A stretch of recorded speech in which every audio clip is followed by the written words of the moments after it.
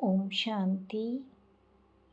आज की साकार मुरली में बाबा ने ज्ञान के कुछ गुह्य रहस्य स्पष्ट किए हैं। तो चलिए हम बाबा के मुख से ही इन रहस्यों को सुनने का अनुभव करेंगे।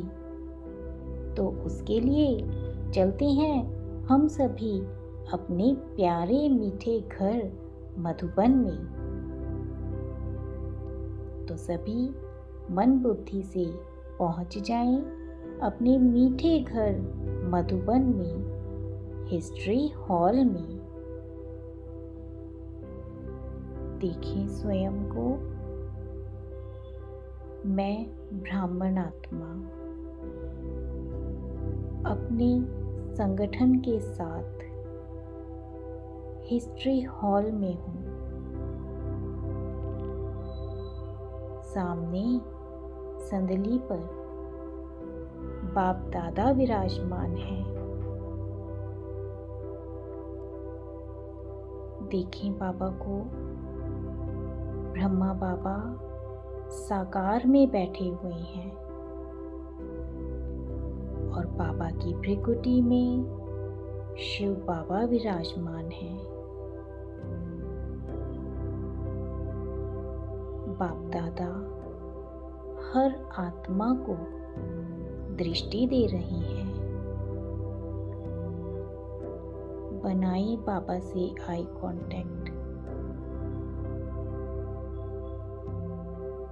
बाबा मुझे दृष्टि दे रहे हैं। गहराई से अनुभव करें, ब्रह्मा बाबा साकार में हमारे सम्मुख हैं। अभी बाप दादा कहते हैं, मीठे बच्चों, स्व उन्नति के लिए ड्रामा के कुछ गुह्य रहस्य आज शिव बाबा आपके सामने स्पष्ट करेंगे। इन्हें बहुत ध्यान से सुनना और जीवन में धारण करना। हम सभी कहते हैं, हाँ जी बाबा। बाबा आगे कहते हैं, तुम सदा अपने सर्वोत्तम लक्ष्य को सामने देख अपने को ही देखो। अपने सत्य स्वरूप में स्थित रहो। इसी अंतर्मुखता की अवस्था से तुम सब परीक्षाओं में पास हो जाओगे। इस विराट फिल्म ड्रामा में हर एक मनुष्य आत्मा में सारे जीवन की एक्ट पहले से ही मर्ज रूप में रहती है, जो हर एक में अपनी संपूर्णता आने पर इमर्ज होती है। इस ड्रामा में कल्प पहले वाली एक्ट रिपीट होती है, परंतु जब तुम प्रैक्टिकल लाइफ में इसे प्ले करते हो तो यह हर सेकंड नई महसूस होती है। इस विराट ड्रामा की भावी निश्चय से बनी हुई है, जिसे कोई टालता है, कोई बनाता है।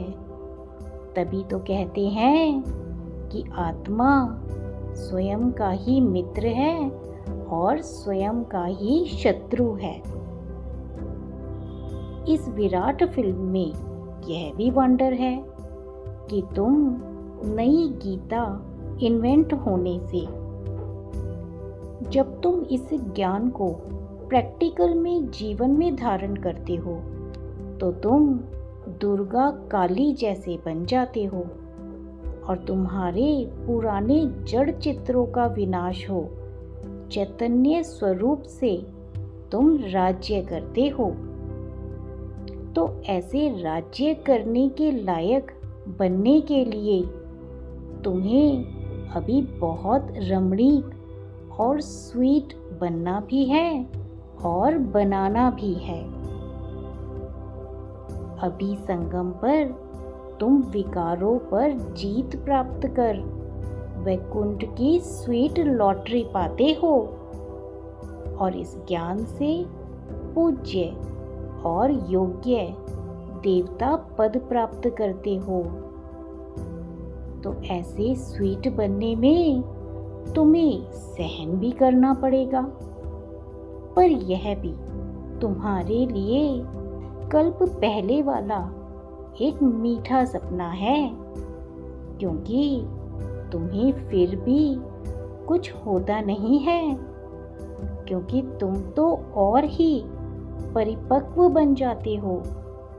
डिवाइन यूनिटी विजयी पांडव बनकर रहते हो।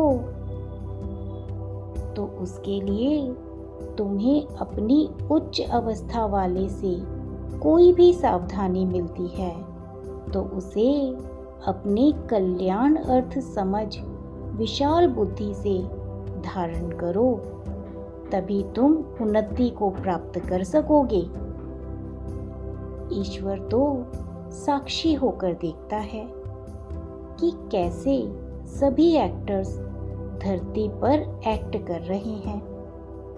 ईश्वर ने उन्हें समझाया था कि साक्षी होकर एक्ट करना और साक्षी होकर इस खेल को देखना, परंतु आधा कल्प बाद बच्चे अपनी ही रची हुई माया में फंस जाते हैं। फिर बाबा आकर कहते हैं कि बच्चों, अब इन विकारों को छोड़ो तो तुम निर्विकारी बनने से जन्म जन्मांतर सुख प्राप्त करेंगे। तो उसके लिए बच्चों अभी नित्य अंतर्मुख होकर योग में रहकर स्वयं को देखना है, तभी परिवर्तन कर सकेंगे। यही सर्वोत्तम अवस्था है। हर पुरुषार्थी की स्टेज को देखकर उनसे गुण उठाओ और विशेषता संपन्न आत्मा बन जाओ। तो समझा मीठे बच्चे?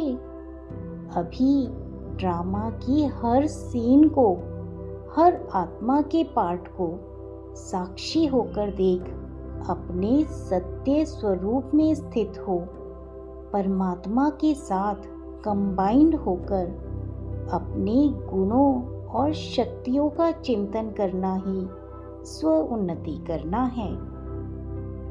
बाबा पूछते हैं, समझा बच्चे? मैं कहती हूँ, हाँ जी बाबा।